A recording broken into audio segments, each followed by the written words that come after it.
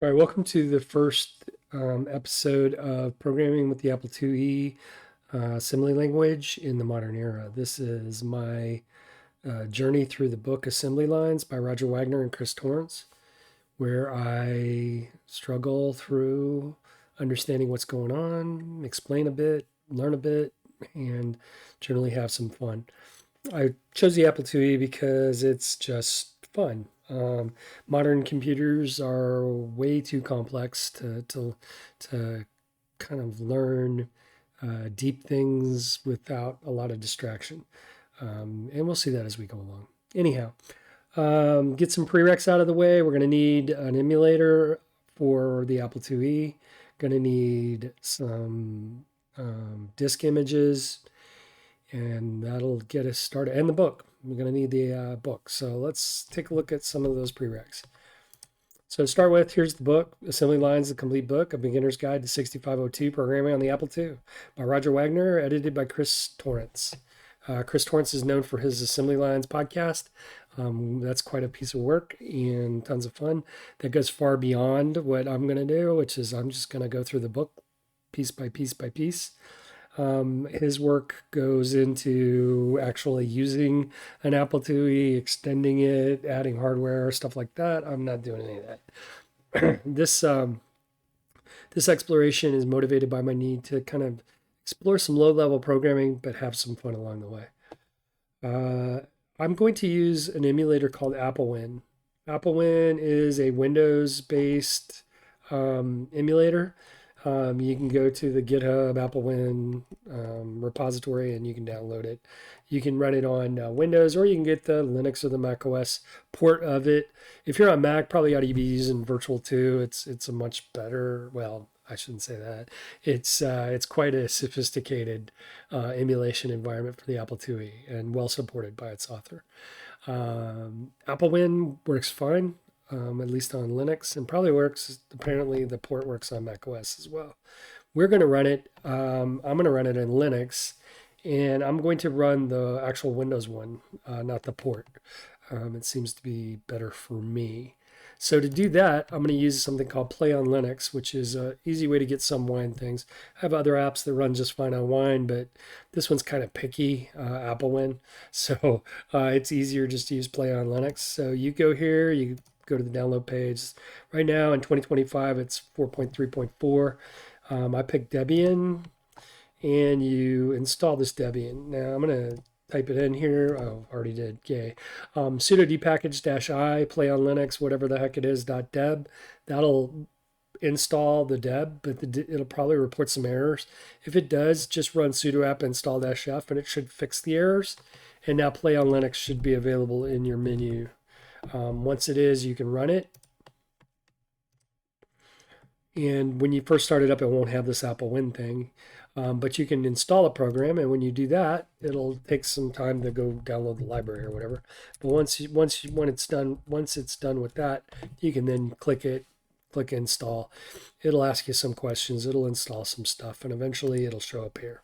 When it shows up here, you can run it from here. I don't usually do that, but if you click on it, it has these other things you can do: run, debug, and all that. One of them is open the directory. We're going to click that. When we do that, we see where it put AppleWin. It put it inside of Play on Linux in the Wine prefix AppleWin, created a drive C for it, and then it installed it. This directory is where we're going to find printer files later on. So we just need to know how to get there. All right, so once you've got Play on Linux, or not Play on Linux, once you've got AppleWin, okay, installed, it'll show up on your desktop as an icon. You can double click it there, or you can go up to the menu, type AppleWin, and then right click on this, add to panel. That's what I've done, and then it shows up in the panel. When you run it, it pops up and it looks like that.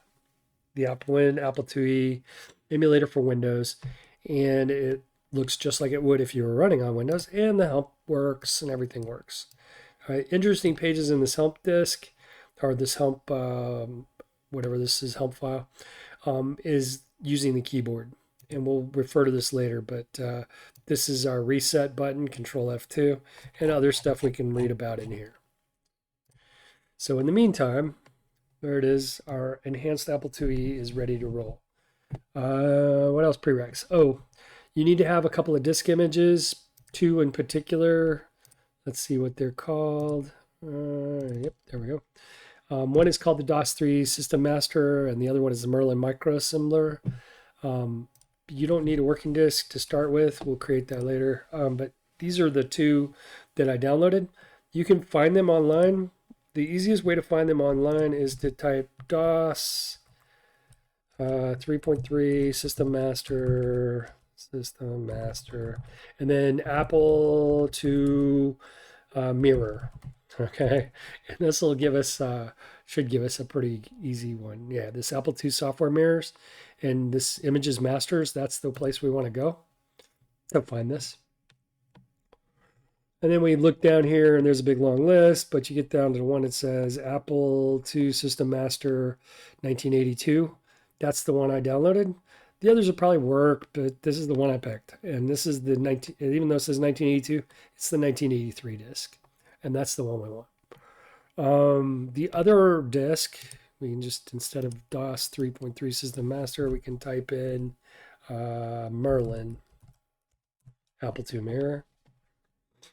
And it'll show up pretty early on in the thing, and it says Assembler Merlin. That's the one. And we look down here till we find the one that says Merlin Macro Assembler Side A 1983, not patched, just the regular one. Merlin Macro Assembler, or is that the one? Let's see, what's it called? Merlin Macro 6 Side 1, 1983.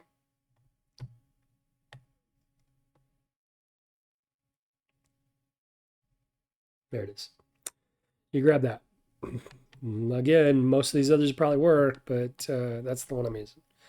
So there they are. Once you've got those, we can make a copy of the master disk. Actually, I encourage you to make lots of copies so you don't screw it up. And we can call it whatever we want. So I'm going to call it working disk. There it is. And with that, we're ready to roll. We can get started. So there is our emulator just sitting idle.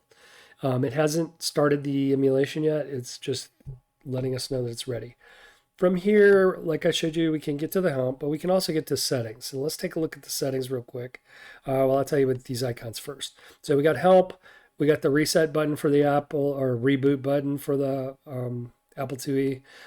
Sometimes it's called reset. And then we have our drive 1, our drive 2. These are 2 floppy disks. We can change their order, but there's no point in that. There's a full disk, a full screen versus windowed version. We can click that and go full screen. We have this search thing. I don't know exactly what that's for, but then we have this button here that looks like a joystick and a speaker. If we click that, that's going to bring up settings. And then we have this thing here, which shows us the activity on drives 1 and 2. Okay, so without further ado, let's look at the settings.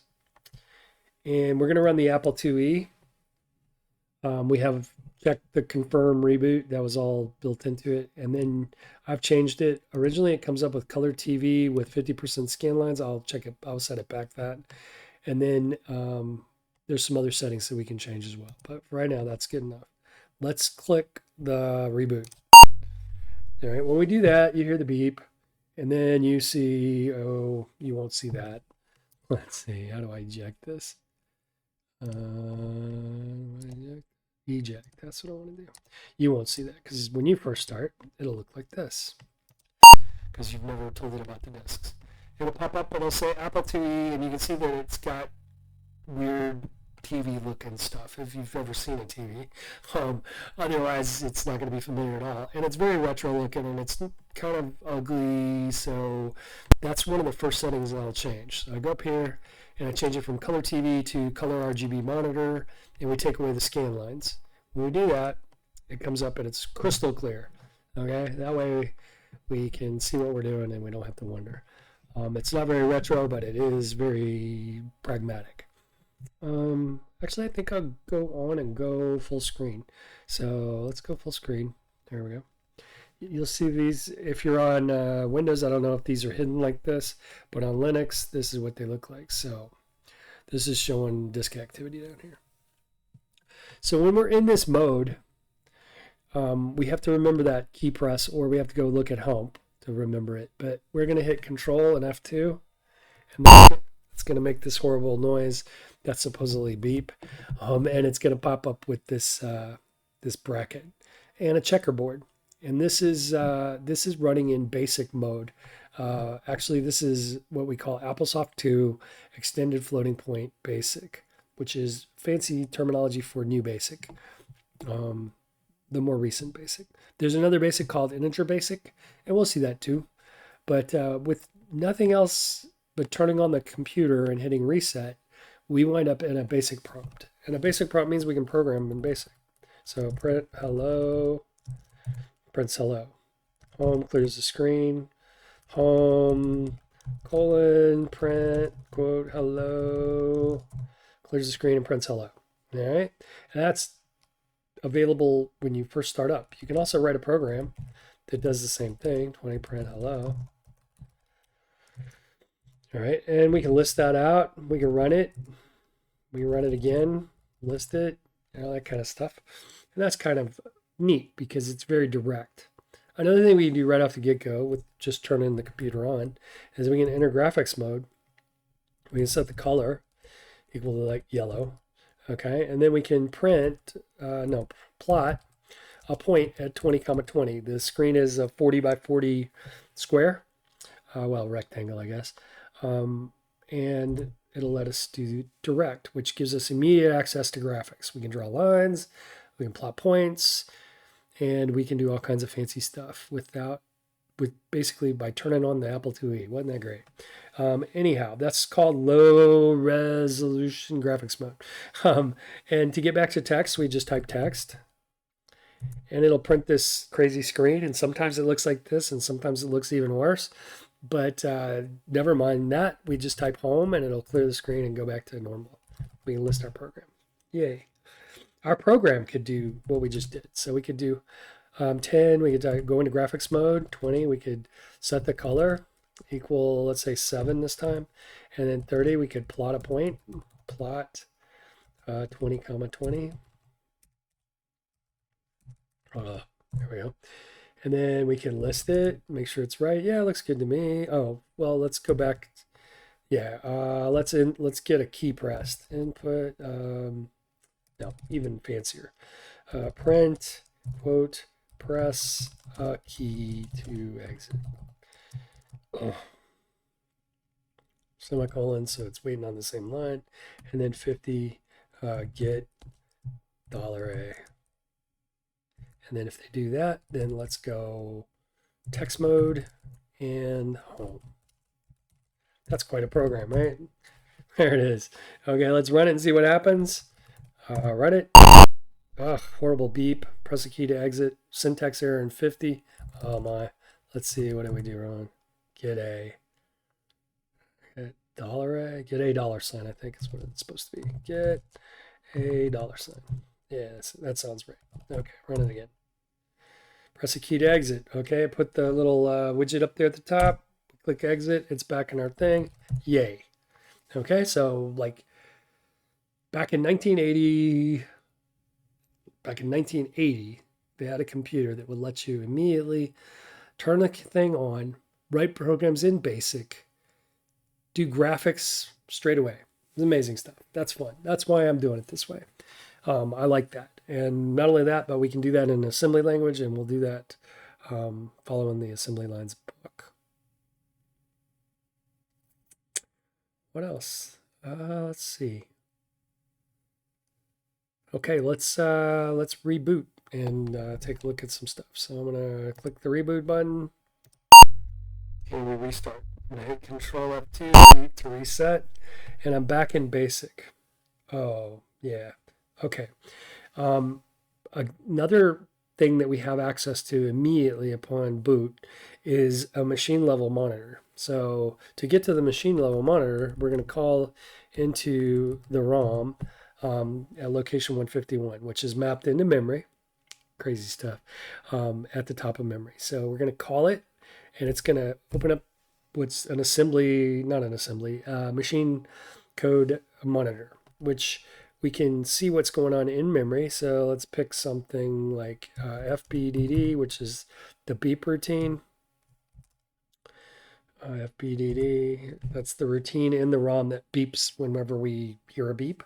And there it is. It's got machine code. Well, first it's got the address on the left. That's the address in the memory, okay, which has been read in from the ROM. So basically, it's got this thing that does A940, which is load address from hex 40. As you can see on the right, we get the disassembly. So we can see right away that we can look at it. We can also change it. That would be crazy. Let's not do that, especially not the ROM. But we can also look at other locations like 300.320. So we can kind of look at that range, and we can make changes to this area. 300 is our area. 300 is 768 in decimal, which will become important later. But right now, from 300 to 3FF is our baby. We can write anything we want into it. So we could effectively set it. Let's see if I can do that. Yeah, let's go A9. All right, and then we can see what's in 300. Yeah, A9. Okay, or we can look at it the way we did a minute ago, 300.320. Okay, and there's our A9. So we can peek and poke into memory directly with our machine monitor. There's other stuff we can do here, but that's enough to get us started. Now, how do we get out of this thing? We're in it. It doesn't, I don't think it understands stuff like FP, but it does. No, it doesn't like that. But Control F2 will get us back to our basic prompt. So, but this is fairly limited. This is turning it on. This is the ROM. This is the BIOS back in the day kind of thing. It gives us access to BASIC, which is kind of cool and powerful. It gives us access to assembly, but not really assembly. It's more like we can type in bytes of machine code, which that'd be pretty tedious. Though we're going to play with that a bit for sure. That is interesting, but we're going to eventually tire of that. And there's going to be better ways to do things. But right now, that's what we have access to when we boot it up. What if we booted it up, though, to something a little more sophisticated than the ROM? All right, so to do that, we're going to click on our drive 1, and I'm going to pick the system master disk. I navigate to it. It's a file explorer, just like every other one we've ever seen.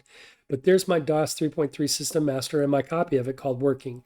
We're going to load both of those, but we're going to start with this first one, the master disk in disk 1. Then I'm going to go over here and find disk 2, and I'm going to put the working disk in there. Then I'm going to reset this machine. I'm going to reboot it, and when I reboot it, it's going to look the same for a second, and then it's going to start booting the floppy drive, the first one. And these are tiny floppies, 140K. All right, there it goes. It beeps. It starts to boot my stuff, and pretty quick. This is Apple II DOS version 3.3. This is Apple DOS, not Microsoft DOS, which came much later. Well, did it come later? It was different anyway. But this DOS just means disk operating system, and we got a disk, so we need an operating system.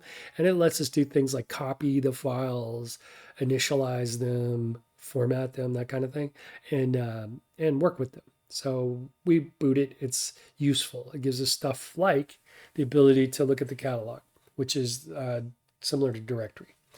All right, so we read this thing just to get some sense of what's going on here. Apple II, DOS version 3.3, System Master. That's the System Master disk. All right, it was created in January 1st, 1983. Don't know why it says 1982 in the file name, but it doesn't matter. It's from 1983. And it's copyright 1980 and 82. It says, be sure caps lock is down. If when you type, let's see, how do we do that? If you see lowercase letters, okay, those are not understood.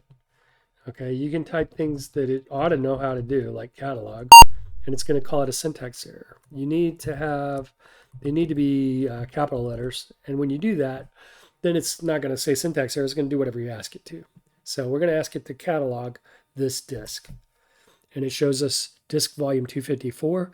The 254 name is like the default for whenever you format a disk. So they're all pretty much going to say 254, not terribly informed. And then it's going to show you kind of what kind of file it is, ASCII, integer basic, binary, that kind of thing. And I guess A probably doesn't mean ASCII, it means AppleSoft. Okay, so A is for AppleSoft basic, I is for integer basic, and B is for binary.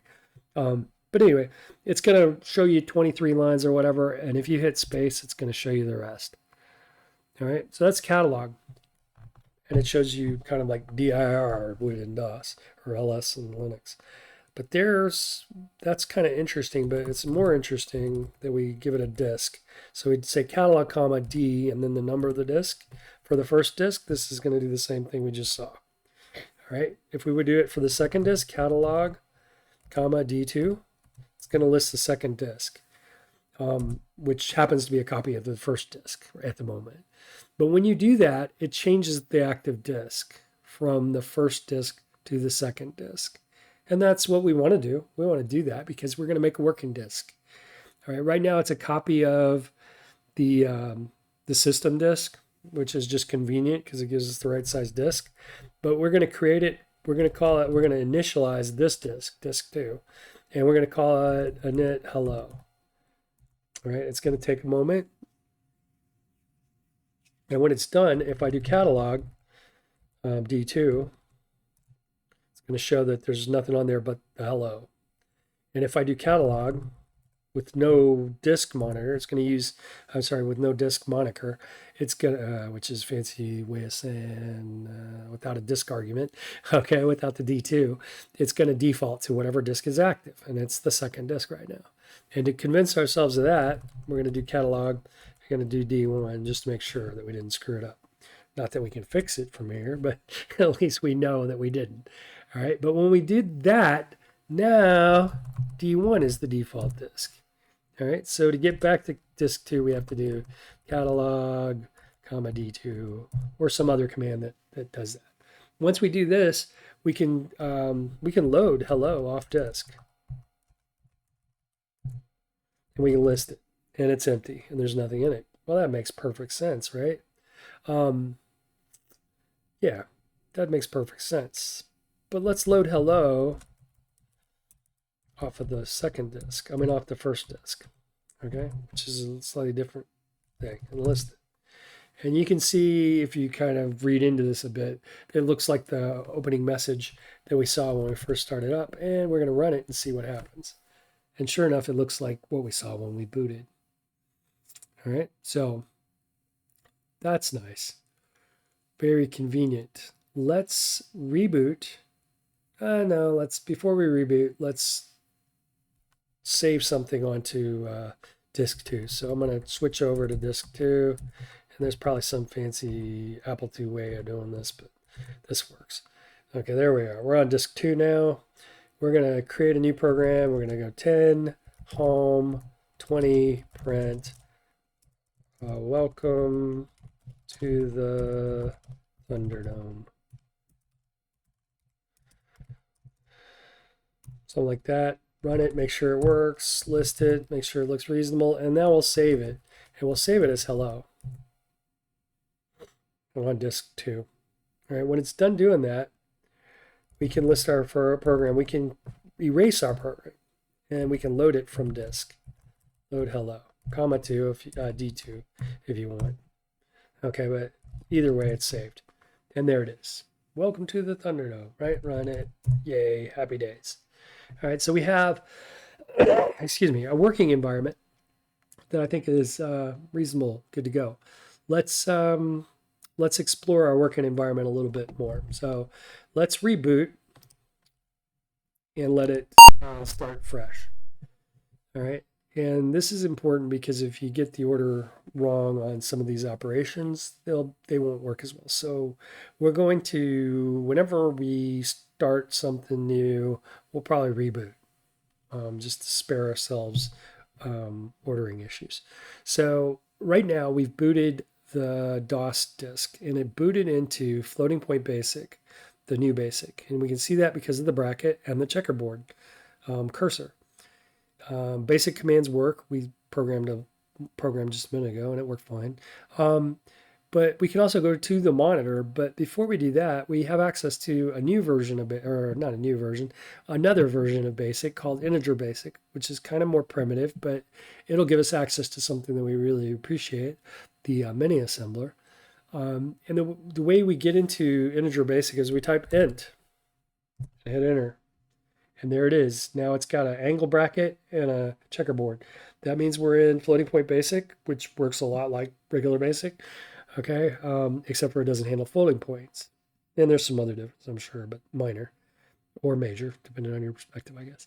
But now we're in integer basic, and we can do some other special stuff. If we want to go back to floating point, we just type FP. Okay, and it gets us back into integer basic. All right, but if we've booted and we go into integer basic, we can call into the machine monitor just like we did previously. Oops, call 151. All right, it's in the machine monitor, but this monitor knows about a very special program called the mini assembler. And unlike the one in ROM, which the one in a real ROM probably would know, but this simulated ROM doesn't know. So we boot the disk, and now we have access to this. This works just like before. We type an address, we can see into it. We can type a range of address, 300.320. And see a range of addresses. We can disassemble just like before. It's pretty much the same monitor. The difference is that there's a special program loaded into memory now called the mini assembler, a tiny little assembler that Woz wrote way long time back, which is a quite sophisticated for 100 lines of code assembler that'll assemble pretty much anything the 6502 knows about. So we want to see the assembler, mini assembler in action. To get there, when we're at the monitor, we can type its address, and its address is F666, and then the word G for go. All right, and that'll run the routine that's sitting in memory at F666G. I'm sorry, at F666, which if we wanted to see what was in there, we just type F666 or F66L, F666L, and we can see, oh, there it is. You know, it was his thing all in its glory, I guess. But we can go there instead. That's probably better anyway. F66G, and it goes into a beeps, and it gives us an exclamation point prompt with the checkerboard. This is in what's called the mini assembler. And the mini assembler is useful because we can write assembly language programs here directly. All right, and we'll do that. We'll do the first one. Give a preview into the first assembly or the one of the future chapters in the assembly lines book. So let's start with that. So one of the things that's useful is the beep. The beep comes, it's sitting in memory at FBDD hex. So we can jump to that routine. So what we're going to do is we set an address where we want to start to write the assembly, and we're going to give it an origin of 300, which is 300 hex is 768 decimal. We'll figure out why that's important later. But for right now, we can just type an assembly mnemonic. Okay, jump to subroutine, and then we can do space, and we can use our FBDD. That's an address. When I hit enter, it's going to disappear. So convince yourself you know what I typed. Exclamation was already there. That was the prompt, and the checkerboard was sitting at that 3. Then I typed 300 colon space JSR space FBDD, and now I'm going to hit return. When I do, it's going to assemble this instruction. All right, there it is. It changed to 300. At address 300, it got 3 bytes. The byte 20 hex, which is the opcode for JSR, DD and FB, which is like FBDD but backwards. What that means is this is a little Indian system. Little Indian means that the little end, okay, is the least significant byte, is on the lower memory. So what we have is 20, and then DD, which is the least significant byte of FBDD, and FB, which is the most significant byte of FBDD, and it's going to sit there. Now, I want to type one more command because this will call the subroutine of the bell, but it won't return. And so we got to give it a way to return. So when we're sitting at the exclamation, if we type a space, it's kind of like we type 30 whatever the next address is, like 30, 300, 301, 302, 303 is probably the next one. But we don't have to wonder. We just hit space and it'll figure it out. And then we type the instruction we're interested in. And this is return from subroutine, RTS, and hit return. And when I do, it's going to assemble it. And it is 303, just like I thought. But wow, what if it wasn't? What if I typed the wrong address? That would suck. So yeah, do use the space. Anyway, it replaced it with 60, which is the opcode for RTS. One of the things the old-fashioned, and this is based on my readings of this stuff, one of the things the old the old school folks did was they started off by poking bytes, those like 20 into 300, and then DD into 301, and then FB into 302, and then 60 into 303. And then they ran it by setting the address and stuff like that. That's pretty tedious, but that's how they used to do it. So we will, as we progress through this, we'll probably get pretty good at recognizing, oh, 60, that's RTS. Oh, 20, that's JSR. And oh, that's an address, because it's backwards and it looks like an address, which will be really kind of useful and helpful later as we jump into more sophisticated stuff. But now we got a program in memory. We got to get out of this mini assembler so we can, fool around in like the monitor and basic. How do we do that? So to get back from the monitor, if you're in an actual ROM and you didn't have to load the disk, you could just press return here, but that doesn't do anything here other than beep at you, which is annoying. Okay, so the way to get back is we have to jump to the location in memory where the entry point is for the thing we want to run. What we want to run is the monitor. So where does it start? Where's its code? Well, its code is at FF69. Okay. But when we're in the mini assembler, unlike when we're in the monitor, okay, so this could get a little confusing, but hopefully it'll make sense. We have to type $sign to tell it's a hex value, and then FF69. All right, that's our address. And we could look at what's in that address by pressing return, kind of like the monitor, okay? And it has an A9 there, which is interesting, but we could also just go there, which is what we want to do. FF69, the monitor. And we're going to type G for go, kind of like just pretty much the same as the machine monitor, except it has a $sign in front. And that's going to return us back to the monitor, back to the asterisk. And from here, we can look at that set of memory that we just did. So 300 to 305 or something, 304 maybe. Okay, we'll get a range. And there they are, 20 DD, FB, 60, and an extra 0. Okay, so 303 was all we needed. So if we wanted just the bytes we wrote, we could write 300.303. And there's our 4 bytes that we wrote. We can also disassemble it and see what's going on. So 300L. And we can see that is JSR, FBDD, and RTS. And it's from this point, we can actually run it. So we can just go 300 and G, just like we did with running the mini assembler. And it should run our code. And it beeps. Woo, slick, right? Okay, what about getting out of here and getting back to basic? Okay, maybe we can type FP. Probably meant to type int. That would have worked too. All right. Let's do that. Int. We'll go back to int. We'll go back into the monitor. Let's see, call 151. Okay, now to get back to basic, if that doesn't work, and it sometimes doesn't for whatever reason, the easy way to get back to whatever prompt we left was Control F2, which makes that horrible beep. Sorry about that. And then it gets back to the integer basic prompt. From here, we can call our code too. All right, but it's not at 300 anymore because basic doesn't know about hex. So we have to give it the decimal equivalent, which is 768. That is 300 hex. If you did the math, you'd get 768. Call 768, it calls that horrible sounding beep, which normally is just fine. And then if we go to floating point, we can also call it from 768. Should work the same. Probably have the same horrible sounding beep. It works. Okay. Yeah. So to recap, let's reboot and we'll see what's going on. Where's the beep? There it is. Okay. All right, we boot the disk. We're into here. First thing we want to do is enter integer basic. And from here, we're going to go into the monitor, call 151. From the monitor, we're going to go F666G to get into the mini assembler. From the mini assembler, we're going to type in an address where we want to start. Well, let's take a look at 300 first. So $300.